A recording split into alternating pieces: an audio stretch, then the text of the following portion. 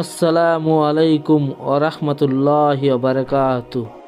আয়েশা রাদিয়াল্লাহু আনহা হতে বর্ণিত, তিনি বলেন, যখন রমজানের শেষ দশক আসত তখন নবী সাল্লাল্লাহু আলাইহি ওয়াসাল্লাম তার লুঙ্গি কষে নিতেন, বেশি বেশি ইবাদতের প্রস্তুতি নিতেন এবং রাত্র জেগে থাকতেন ও পরিবার পরিজনকে জাগিয়ে দিতেন।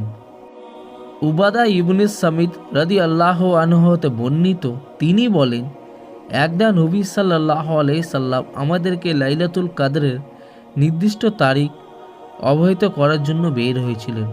তখন দুজন মুসলমান ঝগড়া করছিল। তা দেখে তিনি বললেন, আমি তোমাদেরকে লাইলাতুল কাদরের সংবাদ দিবার জন্য বের হয়েছিলাম। তখন অমুক অমুক ঝগড়া করছিল, ফলে তার নির্দিষ্ট তারিখের পরিচয় হারিয়ে যায়। সম্ভবত এর মধ্যে তোমাদের জন্য কল্যাণ নিহিত রয়েছে। তোমরা নবম, সপ্তম ও পঞ্চম রাতে তা তালাশ করো। আবু সাইদ খুদরি রাদিয়াল্লাহু আনহু হতে বর্ণিত, তিনি বলেন, আল্লাহ রসুল সাল্লাল্লাহু আলাইহি ওয়াসাল্লাম রমজান মাসের দশকে ইতেকাফ করেন। 20 তারিখ অতীত হওয়ার সন্ধ্যায় এবং 21 তারিখের শুরুতে তিনি এবং তার সঙ্গে যারা ইতেকাফ করছিলেন সকলে নিজ নিজ বাড়িতে প্রস্থান করেন এবং তিনি যে মাসে ইতেকাফ করেন ওই মাসে যে রাতে ফিরে যান সে রাতে লোকদের সামনে ভাষণ দেন আর তাতে মাশাআল্লাহ তাদেরকে বহু নির্দেশ দান করেন।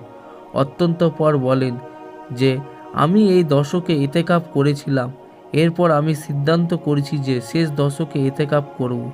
যে আমার সঙ্গে ইতেকাফ করেছিল সে যেন তার ইতেকাফ স্থলে থেকে যায়। আমাকে সে রাত দেখানো হয়েছিল, পরে তা ভুলিয়ে দেওয়া হয়েছে। আল্লাহ রসুল সাল্লাল্লাহু আলাইহি সাল্লাম বললেন, শেষ দশকে ওই রাতে তালাশ করো এবং প্রত্যেক বিজোড় রাতে তা তালাশ করো। আমি স্বপ্নে দেখেছি যে ওই রাতে আমি কাদা পানিতে সিজদা করছি। ওই রাতে আকাশে প্রচুর মেঘের সঞ্চার হয় এবং বৃষ্টি হয়।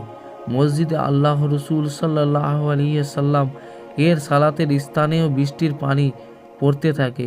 এটা ছিল 21 তারিখের রাত। যখন তিনি ফজরের সালাত শেষে ফিরে বসেন তখন আমি তার দিকে তাকিয়ে দেখতে পাই যে তার মুখমণ্ডল কাদা পানি মাখা।